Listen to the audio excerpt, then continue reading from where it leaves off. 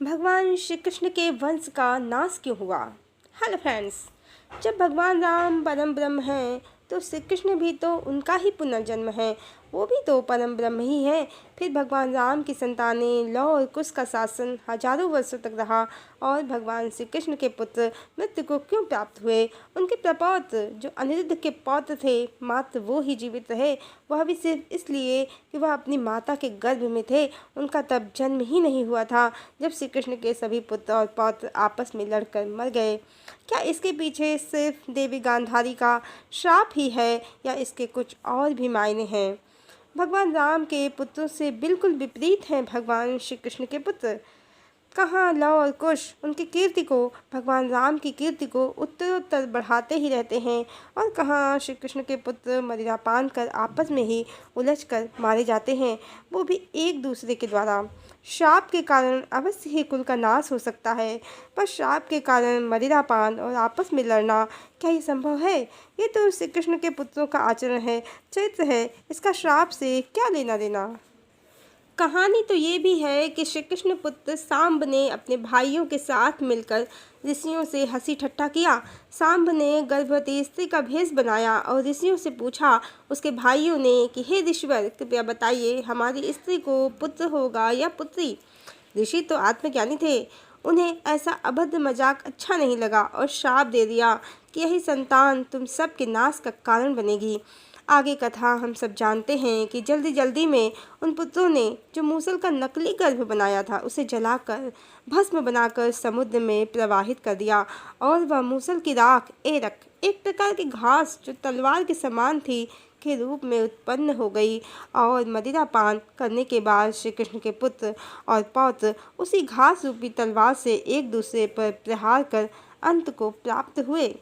अवश्य गांधारी ने श्राप दिया था, ऋषियों ने भी श्राप दिया था, पर आपस में लड़ना और मदिरा पान करना ये उनका स्वतंत्र निर्णय था। हमारा जैसा चरित्र होता है, हमारा जैसा आचरण होता है, वैसी ही हमारी गति होती है।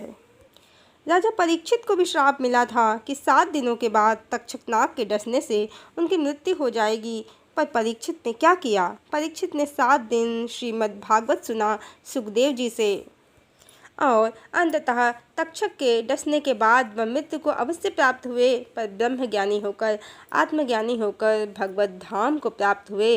मृत्यु श्री कृष्ण के पुत्रों की भी हुई और मृत्यु परीक्षित की भी हुई, पर दोनों में, दोनों प्रकार की गतियों में जमीन आसमान का अंतर है। कथा है कि परीक्षित जब उत्तरा के गर्भ में थे तो अश्वत्थामा ने बैरवश पांडवों का कुल नाश करने के लिए ब्रह्मास्त्र ही छोड़ दिया। तब श्री कृष्ण ने उत्तरा के गर्भ में जो बालक था उसकी रक्षा सूक्ष्म रूप से उत्तरा के गर्भ में प्रवेश कर गर्भ के चारों ओर परिधि बनाकर की, जिसके कारण उस बालक का नाम परीक्षित हुआ। वह बालक जिसकी रक्षा का भार स्वयं ईश्वर ने ले लिया, जो आगे चलकर बड़ा प्रतापी धर्मनिष्ठ शासक सिद्ध हुआ। क्या कारण है श्री कृष्ण ने परीक्षित की रक्षा के लिए अपनी योग माया का भी प्रयोग किया, पर अपने पुत्रों की रक्षा का कोई प्रयास नहीं किया। क्या कारण है कि लव और कुश हजारों वर्ष शासन करते हैं, श्री राम की कीर्ति को बढ़ाते हैं। राहुल गौतम बुद्ध की संतान सन्यासी बन जाते हैं, अपने पिता के चरण चिन्हों पर चलते हैं, पर श्री कृष्ण के पुत्र श्री कृष्ण से विपरीत आचरण करते हैं।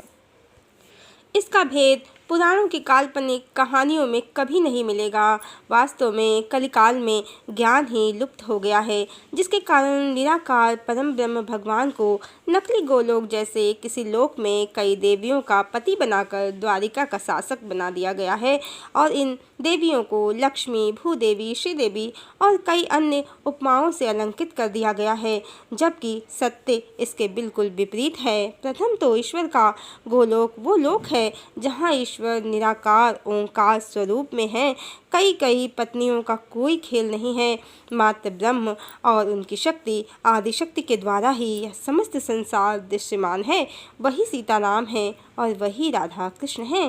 राम की तो मात्र एक पत्नी है, देवी सीता, जो आदिशक्ति हैं। गौतम बुद्ध की भी मात्र एक पत्नी है, देवी गोपा, जिनका नाम यशोधरा भी है। सीताराम के पुत्रों को अकेली ही पालती हैं और यशोधरा भी राहुल को अकेली ही पालती हैं।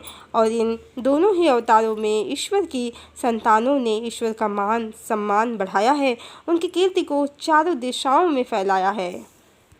पर श्री कृष्ण के पुत्रों का आचरण बिल्कुल भी ऐसा नहीं है, कारण यहाँ तो आदि शक्ति है ही नहीं, साधारण जीवात्माओं से द्वापर में ईश्वर ने विवाह किया है। ये कोई देवियाँ नहीं हैं, ये मात्र राम पर आसक्त त्रेता युग की स्त्रियाँ हैं, जिन्हें कलयुग की माया ने नकली ग्रंथों के माध्यम से देवियों की उपमा दे दी है।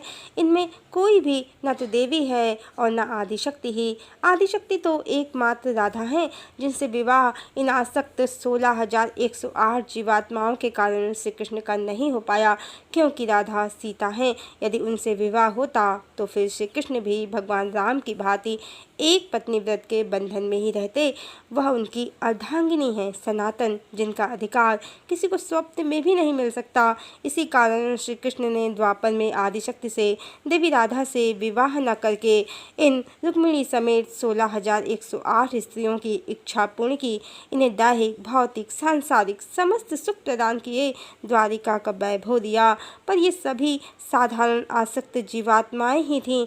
इसी कारण परमात्मा को भी पति रूप में पाकर उनको समझ न पाईं और उनकी संतानों में भी सांसारिक भोग विलास के ही लक्षण रहे। ईश्वर की संगति का लाभ न मिल सका इनको। जबकि देवी कयाधु को देखिए, हिरण्यकश्यप की पत्नी होकर भी उन्होंने प्रहलाद को जन्म दिया। ईश्वर के गुणों को प्राप्त करने के लिए उनसे दैहिक नहीं, आत्मिक संबंध की आवश्यकता है।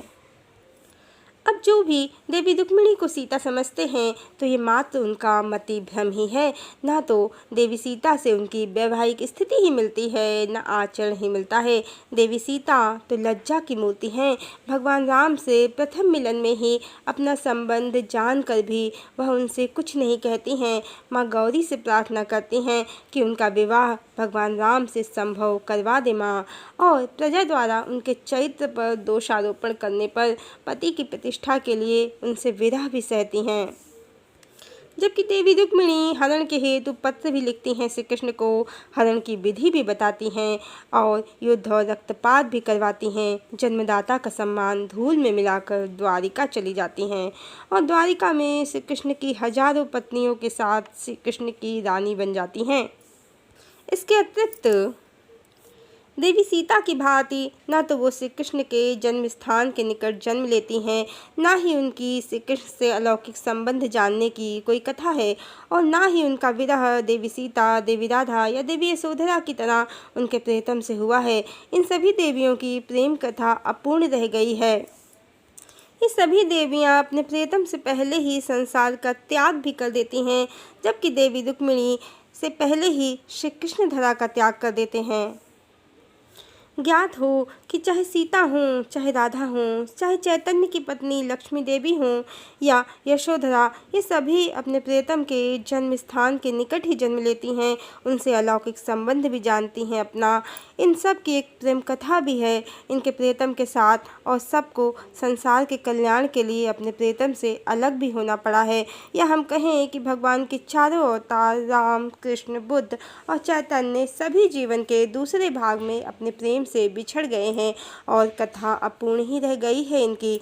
इस लोक में इनका मिलन इन चारों अवतारों में अपनी देवियों से नहीं हो पाया है, मिलन उस लोक में ही हुआ है।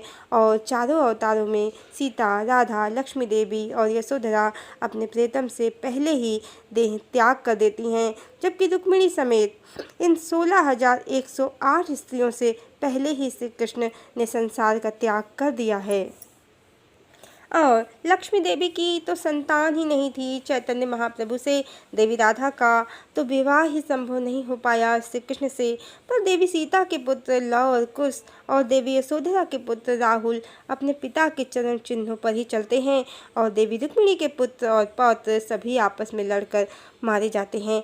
आदिशक्ति की किसी भी कसौटी पर देवी रुक्मिणी ठहरती नहीं है, मात्र काल्पनिक कहानियों ने उन्हें सीता प्रतिष्ठित कर दिया है और देवी राधा को, आदिशक्ति को, सीता को काल्पनिक कर दिया है। पर परम सत्य ये है कि यदि रुक्मिणी सीता होती तो श्री कृष्ण दूसरा विवाह भी नहीं करते और उनकी संतान हजारों वर्ष तक धरा पर लवकुश की भांति शासन करती या यशोधरा पुत्र राहुल की भांति ईश्वर का मार्ग चुन लेती और श्री कृष्ण के वंश का नाश भी नहीं होता, बल्कि ये मुनियों के श्राप, ये देवी गांधारी का श्राप तो बस एक बहाना है। बाकी इच्छा तो हरि की ही थी, श्री कृष्ण की ही थी। इन सब 16,108 जीवात्माओं को इनकी आसक्ति का परिणाम दिखाना था। इन्होंने देवी सीता के पति पर आसक्ति की, पर पुरुष को चाहना, उसमें राग करना, आसक्ति करना पाप ही है।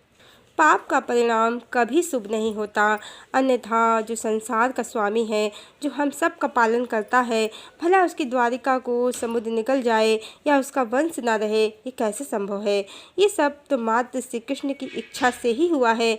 वैसे भी श्री कृष्ण परमात्मा हैं, परम ब्रह्म हैं, हम सब उनकी संतान हैं। कोई वंश या कुल से ईश्वर का कोई व्यक्तिगत संबंध नहीं है कि जिसका माया मोह वो करें। हरिओम।